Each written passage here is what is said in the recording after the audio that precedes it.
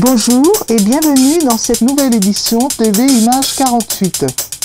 Au sommaire, de la peinture, de la musique, de la danse, de la géologie et un grand éclat de rire. Il y en a qui viennent de très loin pour étudier la tectonique en Lozère. Les pierres, ce n'est pas ce qui manque. Je suis responsable d'un groupe là, que vous voyez derrière vous, un groupe du Pas-de-Calais. On vient de Longnes, dans le Pas-de-Calais, à côté de Saint-Omer. Et ce sont des élèves de la classe de première scientifique, option SVT. Ça fait déjà 10 ans que nous venons dans les Cévennes, concernant le programme de géologie. Et nous avons décidé, malgré la nouvelle réforme et le nouveau programme, de revenir dans cette magnifique région des Cévennes pour intégrer des données de terrain à ce nouveau programme. Deux thématiques, une thématique géologie qui s'appelle tectonique et géologie appliquée, où on va montrer bien que grâce à la tectonique, les roches affleurent ici dans les Cévennes et que l'homme, donc par voie de conséquence, va pouvoir exploiter cette roche pour sa construction.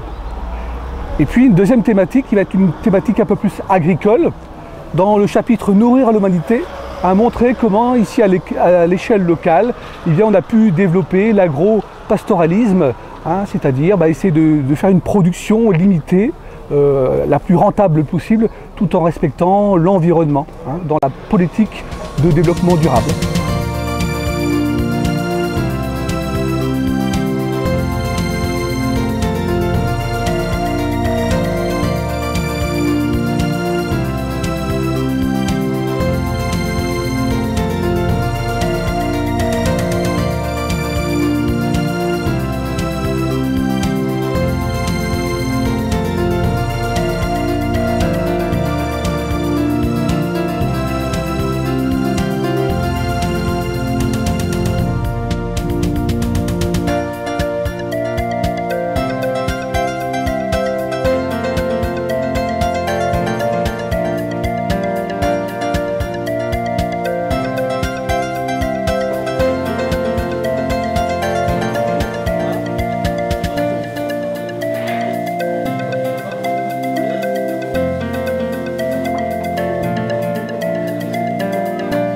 On a fait une nouvelle bergerie pour mettre les chèvres aussi, tout en gardant le traditionnel, puisque mes chèvres, c'est là où j'y crois à fond, c'est vraiment qu'elles montent toujours dehors. Voilà, enfin toujours.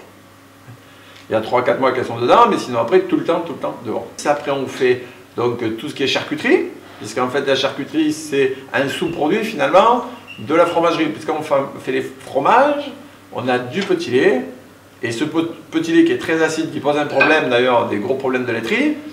Et au lieu de polluer, on le fait manger par les cochons qui boivent ce petit lait qui a beaucoup encore de sucre, de matières grasses, etc. Et donc on engraisse 30 cochons grâce à ce petit lait. Donc plutôt qu'à une grosse station d'épuration, on a 30 cochons. Et après, plutôt que jeter 30 cochons, on les charcute. Et en plus, après, on les vend à nos amis qui viennent nous rendre compte ici. Quels deux grands types de familles de roches vous avez vu?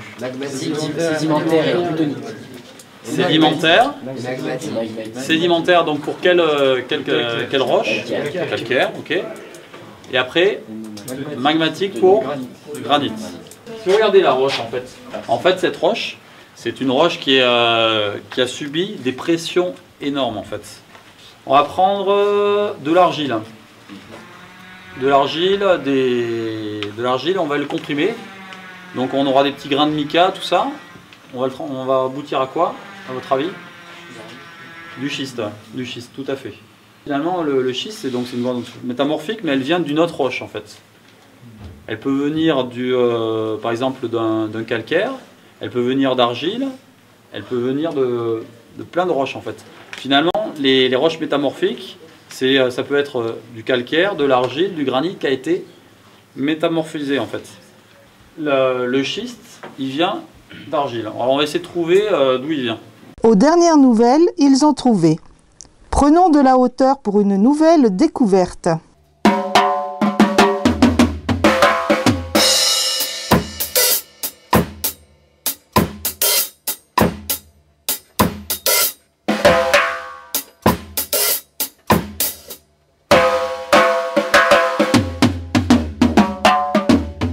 C'est l'association de Big One à Bar-des-Cévennes. On existe depuis une dizaine d'années et on produit des concerts, des musiciens. Voilà, on a un petit studio également à Bar-des-Cévennes. Et on organisait le festival Inazaïon aussi à Hispania, qui s'est déplacé à Florac l'année dernière. Alors on fait des productions essentiellement reggae, hip-hop, et aussi pour les connaisseurs de tout ce qui est dub. Donc c'est le reggae instrumental avec des effets, etc. Voilà, mais essentiellement d'ailleurs le festival c'était reggae, mais dans le sens large du terme. Ça pouvait être du reggae français un peu africain, du reggae anglais, donc dubstep aussi pour ceux qui connaissent. Voilà, c'est assez varié, et le reggae roots aussi, bien sûr. Donc voilà, on est quand même dans cette branche très reggae hip-hop. Vous produisez des disques aussi? Voilà, on a déjà produit un il y a 2 ans en arrière. Donc c'est Bad Weed Crew, c'est un collectif dans lequel je joue également, que j'ai entièrement formé. Et on s'est retrouvé à répéter pendant environ 2 ans, enregistrer l'album, etc. Puis 2 ans de mixage, pré-mastering, etc. Tout au studio, ici au Green Arc Studio, donc, le studio de l'association. Et ça a pris donc 4 ans de travail. L'album est sorti en distribution chez Mosaïque Musique Distribution, donc dans toute la France, dans les bacs. C'est sorti aussi digitalement, on peut nous trouver sur Deezer. Voilà, et ça fait 2 ans, il se vend un petit peu. C'est pas de la folie, c'est pas là-dessus qu'on gagne de l'argent, mais au moins on se fait connaître. On a eu des très bons échos aussi par la presse, donc soit Reggae Magazine, qui s'appelle d'ailleurs maintenant Raga Vibes, qui ont été partenaires avec nous, ainsi que reggae.fr, un gros site internet. On a été aussi élu 2e meilleur album dub par les Web Reggae Awards, avec 8000 votants. Voilà, il y avait à peu près 5 artistes, on a été quand même 2e, on a été vraiment contents et honorés. Et voilà, ça suit son chemin. Là maintenant on en serait à trouver des dates, etc., monter toute une tournée sérieuse, donc pour l'instant il n'y a rien de fait. On prend notre temps là-dessus et on est en train d'enregistrer des nouveaux morceaux pour le futur album qui devrait sortir d'ici une année, je pense. Alors les grands projets qu'on a pour les années à venir, c'est de donc enregistrer cet album là dans l'année. Voilà, il n'y a rien de défini exactement, on est en train de préparer les morceaux là pour l'instant, avec donc plusieurs chanteurs encore comme le premier album, parce que c'est un collectif, donc il y a 4-5 chanteurs. Voilà, plein de musiciens, toujours dans un esprit reggae, mais cette fois-ci, le dernier album c'était que dans des langues autres que le français, c'est-à-dire arabe, anglais, créole, etc. On voulait faire un truc international un peu, avec que les morceaux voyagent. Là, ça sera plus basé sur le français, avec des featuring, des fois connus, un peu hip-hop, mélange hip-hop reggae. Et puis dans le futur plus lointain, on aimerait aussi trouver un lieu avec l'association pour faire et la musique et une ferme aussi pédagogique, mélanger un peu le côté rural et puis le côté urbain du reggae, hip-hop, etc. Faire venir des musiciens un peu de partout enregistrer dans un lieu convivial avec une partie ferme, avec des chevaux, etc. Notre gros projet, c'est ça. Si certaines commémorations sont à date fixe, 8 mai, 14 juillet, 11 novembre, il en est une très importante dont la date est variable. La loi du 14 avril 1954 consacre le dernier dimanche d'avril au souvenir des victimes de la déportation et morts dans les camps de concentration. Le choix du dernier dimanche d'avril est retenu en raison de la proximité avec l'anniversaire de la libération de la plupart des camps, sans se confondre avec aucune fête ou célébration nationale ou religieuse existante. Dépôt des gerbes par les autorités de Florac, le maire et le sous-préfet. En hommage aux victimes, la sonnerie aux morts.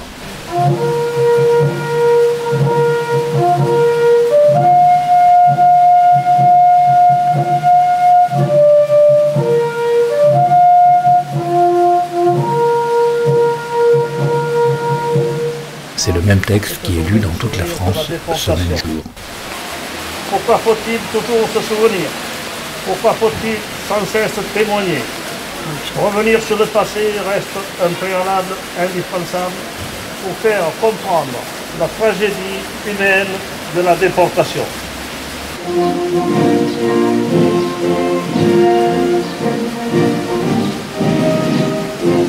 Le murmure des fontaines amplifie la gravité de cette cérémonie.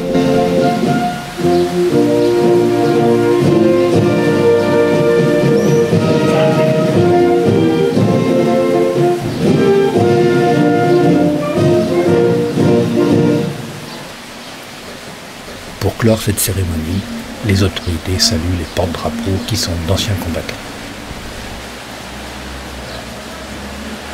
Où en est-on de l'avancement de la grande fresque de l'école publique qui doit être terminée pour le début juin? Allons voir. Donc bonjour les enfants, donc nous allons faire le point sur notre projet de fresque, d'accord? Vous savez qu'on l'a engagé déjà au premier trimestre, on a fait tout un ensemble de recherches, on a découvert des artistes, et donc on est passé à la réalisation depuis notre dernière entrevue avec le maire et le conseil municipal qui a validé notre projet. J'ai exposé au conseil municipal votre proposition et je dois vous dire qu'à l'unanimité, le conseil municipal s'est prononcé en faveur de la réalisation de cette fresque sur les murs de l'école Suzette-Aguillon et Mme Serrière. Voilà. Donc, depuis ce temps, les élèves de CM1, puis les élèves de CP-CE1 ont travaillé. Et c'est ce que vous avez sous les yeux. Qu'est-ce que vous avez sous les yeux? Des continents et des parapluies. Des continents et des parapluies. Alors, ce sont les CM1 qui se sont chargés de dessiner les continents. Ce n'était pas un exercice facile parce qu'il fallait travailler sur un grand format. Est-ce que vous avez noté les quadrillages? Vous avez vu sur les panneaux, il y a des quadrillages. Oui. Eh bien, ce sont la technique de quadrillage qui a permis de réaliser un agrandissement à l'échelle. Et une fois qu'ils ont réalisé ce dessin, ils ont dû peindre. Vous avez vu, ils ont fait des aplats de peinture. Alors, les parapluies ont été réalisés selon la technique du pochoir. Vous connaissez le pochoir? Oui, on en a vu. Je vous montre ici un des gabarits.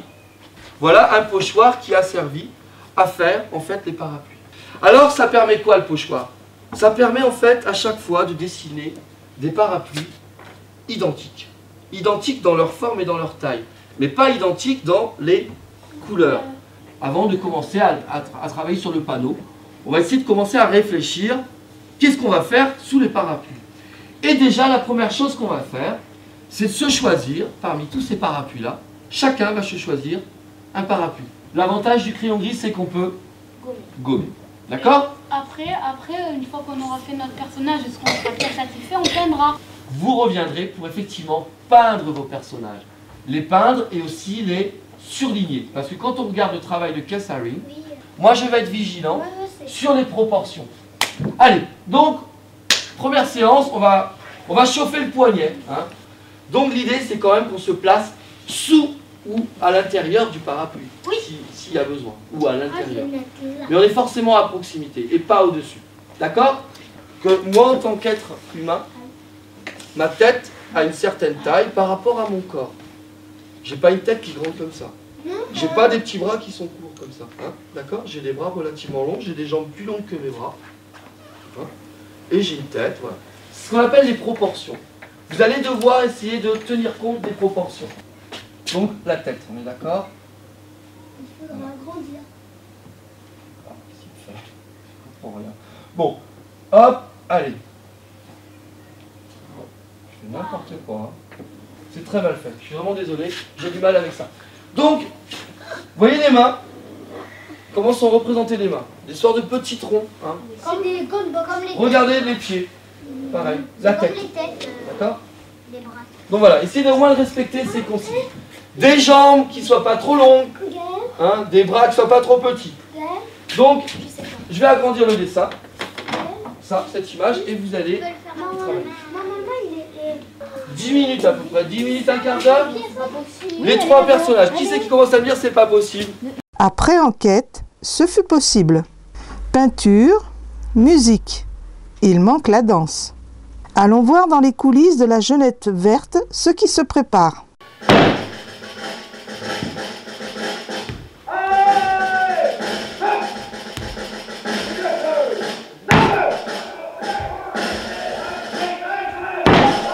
Voilà, alors dans le cadre d'un dispositif mis en place par le ministère et le Centre national de la danse depuis plusieurs années déjà, des associations de danse amateurs peuvent faire appel à des chorégraphes pour remonter des extraits de leur répertoire. L'association Ballet Brosse, ici à Florac, a désiré remonter un extrait d'une pièce jeune public, Le Roi des Bons, qui avait été créée en 1989 par Bernard Glandier. Bernard Glandier étant décédé, c'est moi qui suis venue travailler avec eux. J'ai dansé dans cette pièce-là, je l'ai remontée pour d'autres depuis. Donc ce travail qu'on fait au travers de plusieurs rencontres pendant plusieurs week-ends d'affilée depuis déjà plusieurs mois va aboutir sur la présentation des travaux dans une rencontre nationale où tous les groupes amateurs qui ont fait ce type de projet vont se regrouper le même jour pour montrer leurs travaux. Ça aura lieu le 26 mai à La Roche-sur-Yon, à la scène nationale de La Roche-sur-Yon. Et puis en parallèle à ça, les Brosses va présenter le travail ici, le 16 juin, dans le cadre de sa fête de fin d'année. Voilà, donc se posent au travers de tout ce travail les questions sur la transmission, sur l'adaptation, sur la fidélité, l'infidélité à une œuvre, sur comment on peut le prendre en main aujourd'hui, qu'on soit professionnel ou amateur. Et c'est avec beaucoup de plaisir qu'on voit les choses se transformer tout en étant fidèle à l'esprit de la pièce d'origine de Bernard. Voilà. La pièce du Roi des Bons est donc un spectacle pour jeune public qui invite également les familles à venir le voir, qui a été bâti à l'origine et conservé comme tel à partir d'un conte qui est Le Roi des Bons, qui est un livre de Henriette Bichonnier. Et c'est à partir de cette histoire qu'a été bâtie la chorégraphie. Donc il y a des moments de la pièce qui sont carrément illustratifs, qui jouent sur le mode théâtral.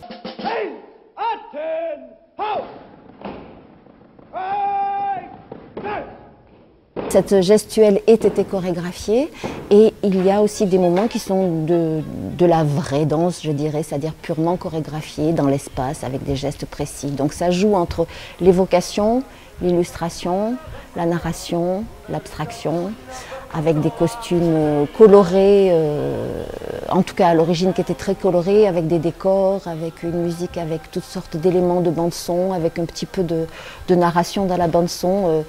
Une partie de l'histoire est dite dans la bande-son par Kamel Guénoun, qui est un conteur, et qui dit quelques bribes de l'histoire, histoire d'échelonner le récit justement. Mais la danse parle en elle-même beaucoup de toute façon, et elle permet aussi de comprendre sans que tous les mots ne soient dits. Le street marketing est de plus en plus à la mode. Il suffit de créer un événement, de le filmer et les réseaux sociaux font le reste. Exemple.